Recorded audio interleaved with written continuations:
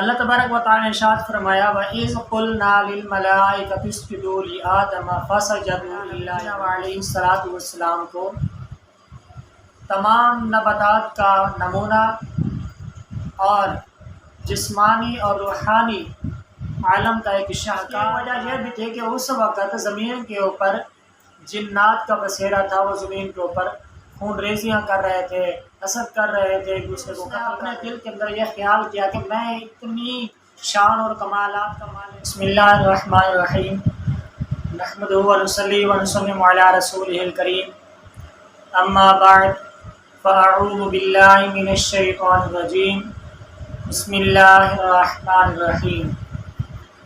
ناظرین، آج ہم پڑھیں گے حضرت سیدنا آدم علیہ نبینا علیہ الصلوۃ والسلام کو اللہ تبارک و تعالی نے جو سجدہ کرایا تھا اس کے حوالے سے، اور اس کے اندر جو شیطان کے اوپر لعنت ہوئی اور وہ کافر ہو گیا، اس کے حوالے سے گفتگو کریں گے۔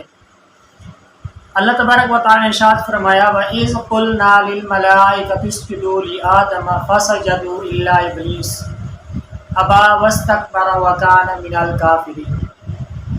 اور یاد کرو جب ہم نے کہا فرشتوں کو کہ سجدہ کرو آدم کو، تو سب نے سجدہ کیا، اور شیطان نے تکبر اور غرور کیا تو وہ کافروں میں سے ہو گئے۔ لِلْمَلَائِكَةِ اسْجُدُوا، تفسیر صراط الجنان کے اندر اس آیت کے تحت لکھا گیا ہے کہ اللہ تبارک و تعالی نے فرشتوں کو سجدہ کیوں کرایا، سجدہ کرنے کا حکم کیوں دیا۔ اللہ تبارک و تعالی نے حضرت سیدنا آدم علیہ نبینا علیہ الصلوۃ والسلام کو تمام نباتات کا نمونہ اور جسمانی اور روحانی عالم کا ایک شاہکار بنایا، اور فرشتوں کے لیے حصول کمالات کا ایک ذریعہ بنایا، اس لیے ان کو فرمایا کہ تم آدم کو سجدہ کرو۔ تمام ملائکہ مقربین، تمام ملائکہ سب نے سجدہ کیا، سب فرشتوں نے سجدہ کیا اللہ تبارک و تعالیٰ کا احکام حکم مانتے ہوئے۔ تو شیطان ایک سائڈ پہ کھڑا ہو گیا، اس نے کہا میں اس کو سجدہ نہیں کرتا، اس نے تکبر اور غرور کیا۔ شیطان نے تکبر اور غرور کیا، دل کے اندر یہ خیال کیا کہ میں اس سے افضل ہوں، حضرت سیدنا آدم علیہ نبینا علیہ السلام سے میں افضل ہوں۔ کیوں کہ شیطان کے دل کے اوپر اترا، اس نے سوچا کہ میں فرشتوں کا استاد ہوں، میں جنت کے دروغہ رہ چکا ہوں، میرے پاس تفسیر در منصور کے اندر لکھا ہے کہ یہ مقرب بارگاہ الہی بھی تھا، اور آسمان دنیا کی اس کے پاس بادشاہی بھی تھی، اور زمین کے اوپر جو رہ رہے تھے اس وقت جنات انسان کی تخلیق سے پہلے وہ فسادات کر رہے تھے، جیسا کہ فرشتوں نے پہلے اس کے اندر ایک اعتراض کیا تھا کہ یا اللہ تو ایسے کو اپنا فرشتہ اپنا نائب بنائے گا جو خون ریزیاں کرے گا۔ اس کی ایک وجہ یہ بھی تھی کہ اس وقت زمین کے اوپر جنات کا بسیرا تھا، وہ زمین کے اوپر خون ریزیاں کر رہے تھے، حسد کر رہے تھے، ایک دوسرے کو قتل کر رہے تھے۔ تو پھر اللہ تبارک و تعالی نے فرشتوں کے ایک جماعت کو، ایک لشکر کو بھیجا کہ جاؤ ان سے قتال کرو، جنگ کرو۔ تو ان فرشتوں کی اس جماعت کا جو سربراہ تھا، لشکر کا سربراہ تھا، وہ یہی شیطان تھا۔ اس کو اللہ تبارک و تعالی نے سربراہی دی کہ تم جاؤ اور ان کے ساتھ جدال قتال کرو۔ تو وہ آئے اور ان سب کو مارا اور ان کو بھگا دیا جزیروں کی طرف اور سمندروں کی طرف۔ تو یہ اس نے اپنے دل کے اندر یہ خیال کیا کہ میں اتنی شان اور کمالات کا مالک کہ میں فرشتوں کا استاد بھی ہوں، میں جنت کے اندر بھی رہتا ہوں، اور بارگاہ الہی کا مقرب بھی ہوں، اور اس کے علاوہ میرے اور بھی کمالات ہیں۔ میں پہلے بھی فرشتوں کے جو اصل فرشتے پیدا کیے گئے ان سے 2000 سال پہلے اس لعنتی کی جو ہے پیدائش ہوئی۔ تو اس نے یہ سوچا کہ میری عمر اتنی، میں نے ریاضت اتنی کی، میں نے عبادت اتنی کی، اور اتنا اللہ تبارک و تعالیٰ کی بارگاہ میں مقرب ہو چکا ہوں کہ اللہ تبارک و تعالیٰ نے مجھے اپنا آسمان دنیا کی بادشاہی عطا فرمائی۔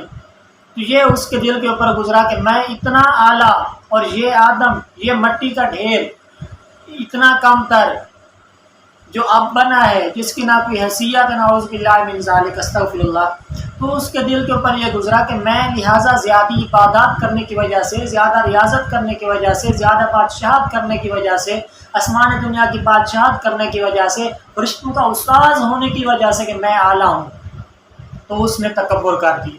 اس نے کہا نہیں، میں اعلیٰ ہوں، یہ ادنا ہے، لہٰذا میں اس کو سجدہ نہیں کرتا۔ تو وَكَانَ مِنَ الْكَافِرِينَ، پھر کیا ہوا؟ وہ کافروں میں کے اندر شامل ہو گیا۔ کیوں؟ کیونکہ اس نے تکبر کیا، اس نے حضرت آدم علیہ السلام کی تعظیم نہیں کی، تکریم نہیں کی، اللہ تبارک و تعالیٰ کے حکم کو بجا لانا دور کی بات، اس نے انکار کر دیا۔ اس نے کہا میں سجدہ نہیں کرتا، حالانکہ اس کو چاہیے تھا کہ وہ سجدہ کرتا، صرف نہ دیکھتا کہ یہ کون ہے، بلکہ یہ دیکھتا کہ حکم دینے والا کون ہے۔ اس نے اللہ تبارک و تعالیٰ حکم کی خلاف ورزی کی، جس وجہ سے وہ شیطان لعنتی قرار دے دیا گیا۔ اور دوسرا اس نے تکبر کیا، جس کی وجہ سے وہ شیطان لعنتی قرار دیا گیا۔ اور تیسرا نمبر پر نبی کی بے ادبی کی، نبی کی گستاخی کی، جس کی وجہ سے وہ شیطان جو ہے نا لعنتی قرار دیا گیا اور کافر قرار دیا گیا۔ یہاں بات چل رہی ہے سجدے کی، تو سجدے کے اس کے ضمن میں دو باتیں عرض کرتے ہیں جو شرعی احکام ہے۔ سجدے دو قسم کے ہوتے ہیں، ایک ہوتا ہے سجدہ تعظیم اور سجدہ عبادت۔ سجدہ عبادت وہ ہوتا ہے جو آدمی سجدہ کرے، جس کو سجدہ کرے اس کو حقیقی مالک اور معبود جان کر سجدہ کرے، یہ ہوتا ہے سجدہ عبادت۔ اور سجدہ عبادت صرف اور صرف ازل سے لے کر ابد تک صرف اور صرف اللہ تبارک و تعالیٰ کی ذات کے لیے تھا، ہے اور انشاءاللہ ازل تک رہے گا۔ یہ سجدہ عبادت جو صرف اور صرف اللہ تبارک و تعالیٰ کے لیے ہے۔ اور دوسرا ہے سجدہ تعظیم۔ سجدہ تعظیم جو ہے وہ کسی رسپیکٹ کے لیے، کسی پیر کی، اپنا استاذ کی جو ہے نا اس کے سامنے سر جھکا دینا، اسے سجدہ تعظیم کہتے ہیں۔ تو پہلی شریعت کے اندر جو پہلے انبیاء کرام علیہ السلام تشریف لائے، ان کی جو احکامات تھے، ان کی جو شریعت تھی، اس کے اندر سجدہ تعظیم جائز تھا۔ وہ لوگ سجدہ تعظیم کرتے تھے، اپنے باپ اگر ان کا آ جائے ان کو سجدہ کر دینا، اگر ان کے بادشاہ ہو وغیرہ وغیرہ، وہ سجدہ تعظیم کرتے تھے۔ لیکن حضور نبی کریم رؤوف الرحیم صلی اللہ علیہ وسلم نے اسی سجدہ تعظیم کو حرام قرار دے دیا، فرمایا سجدہ تعظیم کسی کے لیے نہیں۔ بس آج اگر کوئی سجدہ کا تعظیم کرے اور کہے میرا یہ شائخ ہے، یہ میرا پیر ہے، یہ جناب میرا کامل استاذ ہے، یہ میرے ماں باپ ہے، تو بھائی کسی کے لیے سجدہ تعظیم جائز نہیں، بس ختم۔ سجدہ تعظیم امت محمدیہ کے اندر، شریعت مطہرہ کے اندر، شریعت مصطفیٰ کے اندر سجدہ تعظیم کا کوئی کنسپٹ نہیں، ختم۔ اور اب یہاں جو لوگ سجدہ تعظیم کرتے ہیں مزارات کے اوپر جا کر سجدے کے اندر گر جاتے ہیں، بہت بڑا گناہ ہے، حالانکہ ایک حرام کام کو جو ارتکاب کر رہے ہیں۔ کسی پیر کے سامنے جانا، اس کے سامنے سر جھکانا اور ہوتا ہے اور سجدہ کرنا اور ہوتا ہے، یہ بھی آپ ذہن میں رکھیں۔ سر جھکانا اور ہوتا ہے اور سجدہ کرنا اور ہوتا ہے۔ سجدہ تب ہوتا ہے جب آدمی ہاتھ زمین پر رکھ کر پیشانی کو زمین پر رکھے، اسے سجدہ کہتے ہیں۔ اگر ہاتھ زمین پر رکھے اور لبوں کو جا کر جنبش دے اور لب جا کر ماس کرے تو سجدہ نہیں ہوتا۔ سجدہ تب ہوتا ہے جب آدمی پیشانی کو زمین پر رکھے، اور اسے سجدہ کہتے ہیں۔ تو اولیاء کرام کی مزارات پر آج جو لوگ جا کر سجدہ کرتے ہیں، یہ بہت بڑا گناہ ہے۔ اور اس سے بھی بڑا گناہ یہ ہے کہ جو لوگ کہتے ہیں کہ ان سجدہ تعظیم کرنے والوں کو یہ ان کو خدا مان کر، ان کو معبود پر حق مان کر سجدہ کر رہے ہیں، یہ اس سے بڑا گناہ ہے۔